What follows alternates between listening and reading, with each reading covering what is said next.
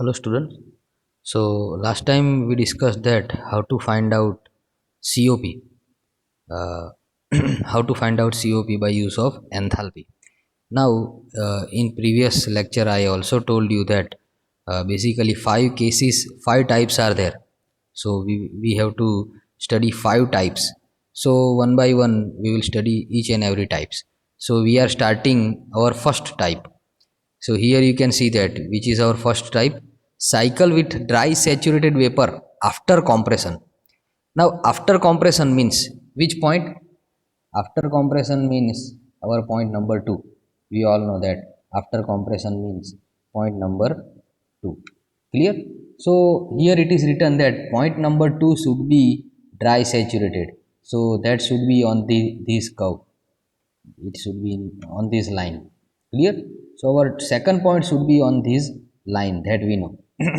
Now in each and every example, always two pressure would be given to you. Two pressure would be given to you. Clear? So here you can see this is condenser pressure, evaporator pressure. So these data always would be there in each and every example.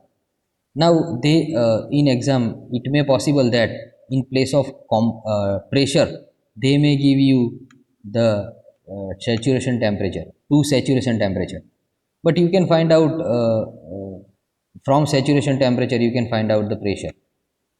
Clear? So either pressure would be given to you or temperature T saturated would be given to you. So you can find out all these value. You can find out all these value by use of pressure also, and also you can find out these value by use of T saturation temperature. Clear? So out of two, any one or sometime both would be given to you. Now suppose these value given, pressure given. So initially refrigerant table from the refrigerant table you need to make these from the refrigerant table you need to make this table. Clear? Now in that you need to write down all these value: hf, hfg, hg, sf, sfg, sg. Clear? And then after you need to make this table. I hope you have understood this. Clear? So in example always pressure or saturation temperature would be given, and by use of that value you need to find out hf, hfg, hg, sf, sfg and sg. Now how to find out enthalpy, that we will discuss. So here it is written how to find out H2. Simple equation: Hg at P condenser, Hg at P condenser. Now here you can see that this is Hg and this is Hf, and which pressure here? This is, remember, this is our condenser pressure upper side, and this is our evaporator pressure, remember. So our point number 2 is on which line? Condenser pressure. So for H2 you have to look at the Hg at which pressure? Condenser pressure.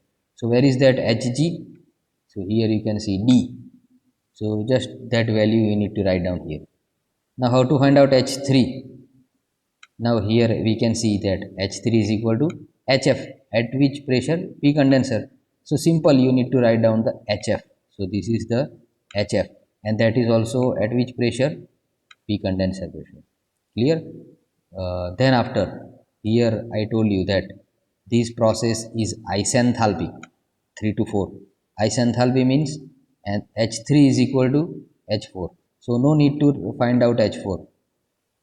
Once you got the H3 value you can just easily calculate, or it is similar to our H4. So out of 4 enthalpy we found out the 3 enthalpy. Clear? Basically we need to find out H1, H2, H3 and H4. Out of that 4 enthalpy we easily found out just 3 enthalpy. Now only one is remaining, and that is H1, but procedure for H1 is complicated. Clear? H1 procedure is complicated. Now in that in that if here x1 is not given, Here you can see if dryness fraction at point number 1 is not given, then we need to do this procedure. At that time we need to do this procedure. Now this is the procedure for H1. This is the procedure for H1. Remember what we need to find out. We need to find out S2, S1, X1 and H1. Again I am telling you that, see here you can see that S2 we can find out from this table or from this diagram. We can see that from this diagram we can see we can find out S2 entropy at 2, and this is isentropic line, remember, straight line. So S2 is equal to S1. So we are trying to utilize these correlation. Remember, we know S2 is equal to S1. That's why initially we are finding S2. From that we are finding S1. From S1 we can find out X1. We require this value X1 dryness fraction for final value of H1. Remember, so this is the procedure: S2, S1, X1 and H1. Remember, so initially we need to find out S2. Initially we need to find out S2. So here you can see how to find out S2. S2 is equal to Sg at P condenser. So put the value from the table and find out the S2. So S1 is easy. S1 is equal to S2. Then after S1 is equal to Sf plus X1 Sfg. Now here unknown is X1. X1 is unknown, and from where you could find this value Sf and Sfg. So this value you need to take it from P evaporator, from table, from P evaporator. So here unknown is X1, so you can easily find out X1. Now put that value X1 here, clear, and you can find out H1. But from where you can take this value? This value would be taken from P evaporator, clear.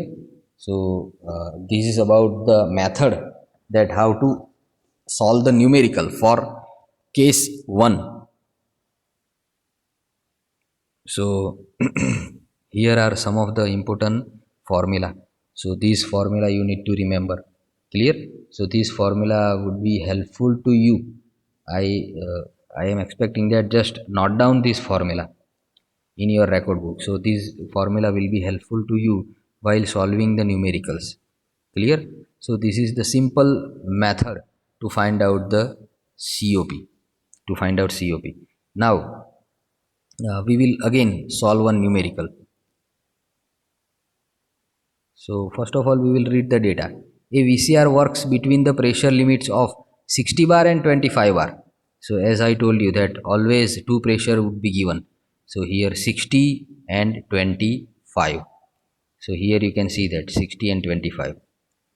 The working fluid is just dry at the end of compression. So here it is written that this example is of case number 1 or type number 1.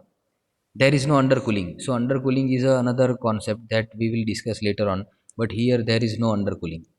Determine COP of the cycle. So as I told you that we need to just make the table, but here this is the example. In that table is already given. It may possible that sometime you need to use refrigerant table, or sometime in example it generally directly given. So here just note down all these value, and then after you can see, no need to discuss in detail, already we discussed the procedure. So how to find out H2?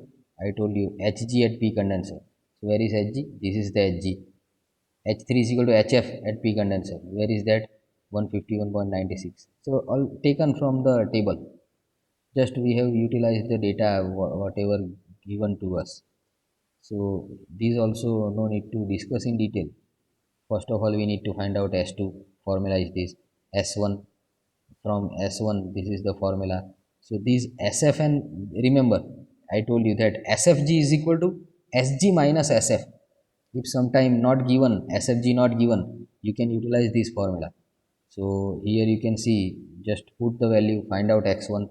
We are not going in detail in the procedure. So then after, put the value of x1 here, find out h1. Clear? So basically this is wrong. Here I have utilized wrong dryness fraction. So right answer is this. Remember, again I am telling you, this is wrong. Clear? Because you can see that here,